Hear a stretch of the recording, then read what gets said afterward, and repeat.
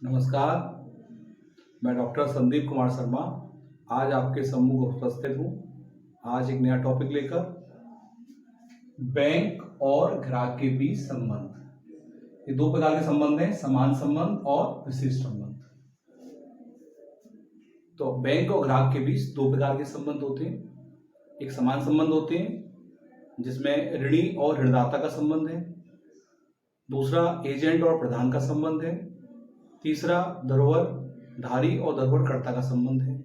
और कुछ विशिष्ट संबंध विशिष्ट अधिकारों के आधार पर बैंक को प्राप्त होते हैं। आइए इनके बारे में हम विस्तार से जानते। आज हम बैंक और ग्राहक के बीच संबंधों के बारे में जानेंगे। बैंक और ग्राहक के बीच क्या संबंध है? तो relations between a bank and customer. जब कोई व्यक्ति बैंक में रुपया जमा करके अपना खाता खोल देता है तो वह बैंक का ग्राहक बन जाता है। लेकिन थोड़ा ये विस्तार से है। चूंकि बैंक जमा धनराशि में से व्यक्तियों अथवा संस्थाओं को ऋण की सुविधा भी देता है, इसलिए बैंक में जमा करने वाले तथा बैंक से ऋण लेने वाले दोनों ही बैंक के ग्राहक कहे जाते हैं। आइए इसको और विस्तार से जानते हैं। बैंक और ग्राहक के संबंधों को हम दो भागों में बांट सकते हैं। पहला है समान संबंध, जिसे हम जनरल रिलेशन भी कह सकते हैं। दूसरा है विशेष संबंध यानी कि स्पेशल रिलेशन। समान संबंध पढ़ते हैं पहले। तो पहला संबंध है ऋणी तथा ऋणदाता का संबंध। जब ग्राहक बैंक में धन जमा करता है तो वह ऋणदाता की स्थिति में होता है। इसी प्रकार जब बैंक से ऋण लेता है तब ग्राहक ऋणी की स्थिति में होता है और बैंक ऋणदाता बन जाता है। डेटर और क्रेडिटर यानी कि एक समय पर जब ग्राहक बैंक से लोन लेता है तो वह बैंक का डेटर बन जाता है और बैंक उसका क्रेडिटर बन जाता है। ठीक है ना। दूसरा संबंध है एजेंट तथा प्रधान का संबंध। बैंक प्रधान के लिए एजेंट के रूप में निम्नलिखित कार्य करता है। एजेंट बनकर क्या करता है बैंक का? देखिए आप, ग्राहक के रुपए एक स्थान से दूसरे स्थान पर भेजने का काम करता है। ग्राहक की आज्ञा से अंश ऋण पत्रों का क्रय विक्रय करता है। ग्राहक की ओर से ब्याज लाभांश आदि संग्रह करता है। और डी, ग्राहक की ओर से ट्रस्टी के रूप में भी कार्य करता है। तीसरा बिंदु है धरोहर धारी एवं धरोहरकर्ता का।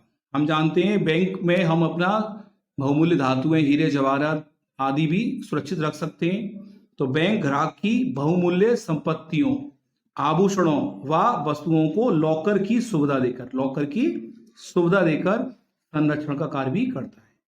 तो ये तीन मुख्य रूप से समान संबंध थे। अब हम विशिष्ट संबंधों के बारे में जानते हैं। विशिष्ट संबंध क्या है? विशिष्ट संबंध है चेकों के भुगतान का दायित्व बैंक का।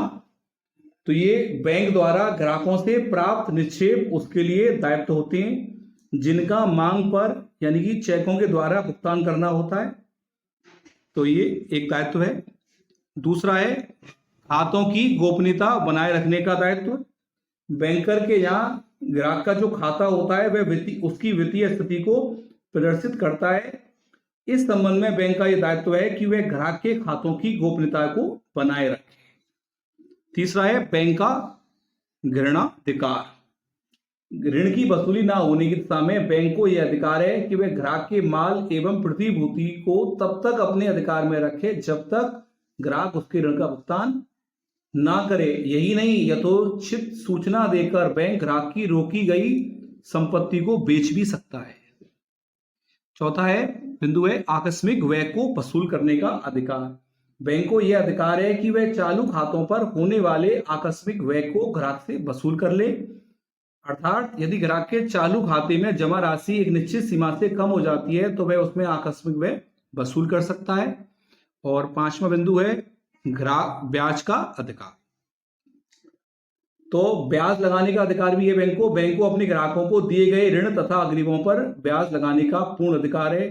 और एक विशेष अधिकार और है कुर्की करने का अधिकार। कुर्की आदेश के अंतर्गत किसी लेनदार की प्रार्थना पर न्यायालय बैंक खाते में से किसी रकम के भुगतान पर रोक लगा देता है। इस प्रकार बैंक के पास ग्राहक का खाता निलंबित हो जाता है और बैंकर का यह दायित्व हो जाता है कि वह रकम की कुर्की का आदेश मिलने पर संबंधित ग्राहक के खाते से कोई भी भुगतान ना करे। इस प्रकार आज हमने बैंक के और ग्राहक के संबंधों के बारे में जाना कि बैंक और ग्राहक का क्या संबंध है, इसके बारे में जाना। दो प्रकार के संबंध है, एक विशिष्ट और एक समान संबंध है। समान संबंध में ऋणी और ऋणदाता का संबंध है, एजेंट और प्रदान का संबंध है, और एजेंट और प्रदान के अलावा समान संबंध में धरोहरधारी एवं धरोहरकर्ता का संबंध है। इस प्रकार दूसरा संबंध है विशिष्ट संबंध, जिसमें कि वह निम्न कार्यों को करने का अधिकार बैंक को होता है। आप चैनल को सब्सक्राइब कर लें, जिससे आपको आगे की वीडियो जो मैं बनाऊं वो मिलती रहें आसानी से। Thank you.